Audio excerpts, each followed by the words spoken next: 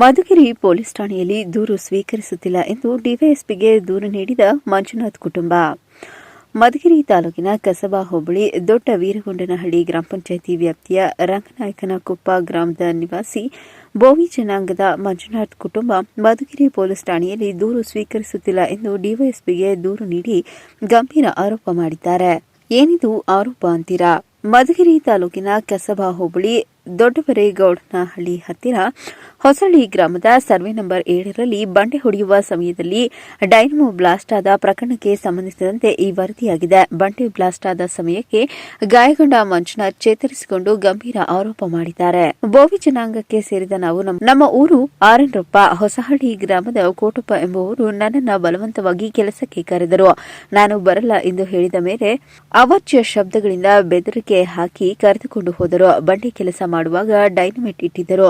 ಸ್ವಲ್ಪ ಸಮಯದವರೆಗೂ ಬ್ಲಾಸ್ಟ್ ಆಗದ ಕಾರಣ ಹೋಗಿ ನೋಡಿಕೊಂಡು ಬಾ ಅಂತ ಹೇಳಿದರು.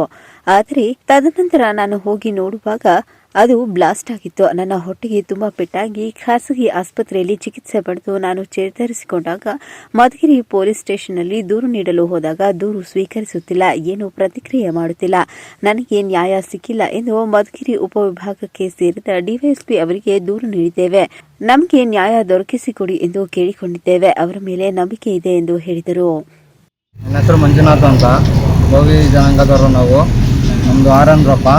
ನನ್ನ ಹೊಸಳ್ಳಿ ಗ್ರಾಮಾಂತರದ ಕೋಟಪ್ಪ ಅವರು ಒಕ್ಕಲಿಗರವರು ನನ್ನ ಬಲವಂತವಾಗಿ ಕೆಲಸಕ್ಕೆ ಕರ್ಕೊಂಡೋಗಿ, ಕೆಲಸಕ್ಕೆ ಬರಲ್ಲ ಅಂದರೂ ಕರ್ಕೊಂಡೋಗಿ ನನ್ನನ್ನು ಬಾರೋ ಒಟ್ಟು ನನ್ನ ಮಗನೇ ನಮ್ಮನ್ನು ಕೆಲಸ ಮಾಡಬಾರೋ ಅಂತೆಲ್ಲ ಬೆದರಿಕೆ ಹಾಕಿ ಕರ್ಕೊಂಡೋಗಿ ಏನು ಕೆಲಸ ಕರ್ಕೊಂಡೋದ್ರು?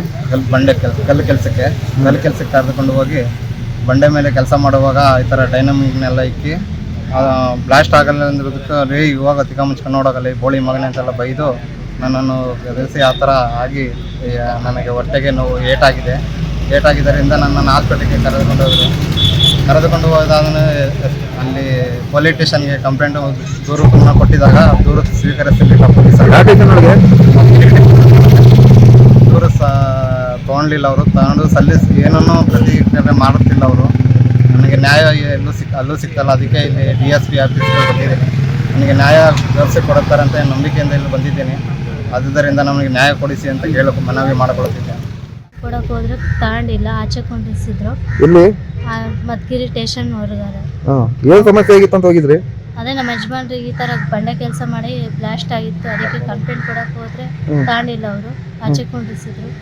ಆಮೇಲೆ ಕೊಟ್ಟಪ್ಪ ತಮ್ಮ ಬಂದು ಕಾಲೆಲ್ಲ ಇಟ್ಕೊಂಡಿದ್ರು, ಕಂಪ್ಲೇಂಟ್ ಕೊಡಬೇಡ್ರಿ ಅದು ಇದು ಅಂತ ಬೇಡ್ಕೊಂಡ್ರು. ಆಮೇಲೆ ಕೊಡಲಿಲ್ಲ. ಆಮೇಲೆ ಮಂತಾಗ ಬಂದು ನಿನ್ನ ಗಂಡನ ಕಂಪ್ಲೇಂಟ್ ಏನೋ ಕೊಟ್ಟರೆ ನಿನ್ನ ಗಂಡನ ಉಳಿಸಲ್ಲ, ಸಾಯಿಸ್ತೀವಿ, ನಿಮ್ಮನ್ನು ಉಳಿಸಲ್ಲ, ಹಂಗೆ ಹಿಂಗೆ ಅಂತ ಬೆದರಿಸಿದ್ರು ಅವರು. ಸ್ವಾಮಿ ಏನು ತಗೊಂಡಿಲ್ಲ ಕಂಪ್ಲೇಂಟ್. ಅವರು ಮಗನಿಗೆ ಹಿಂಗೆ ಅನ್ಯಾಯ ಆಗೈತೆ, ಇಲ್ಲ ನಮಗೆ ಯಜಮಾನ್ರು ಬೇರೆ ಸತ್ತೋದ್ರು, ಏನು ಮಾಡಕ್ಕೆ ಹೇಳಕ್ಕೆ ಬರ್ತಾ ಇಲ್ಲ ನಮಗೆ. ಬೆದರಿಕೆ ಹಾಕವ್ರೆ, ನಿಮ್ಮ ಮಗನ್ನೇ ಉಳಿಸಲ್ಲ ನೀವು ಕಂಪ್ಲೇಂಟ್ ಕೊಟ್ರಿ ಅಂತ. ಯಾರು? ಕೋಟಪ್ಪರೇ.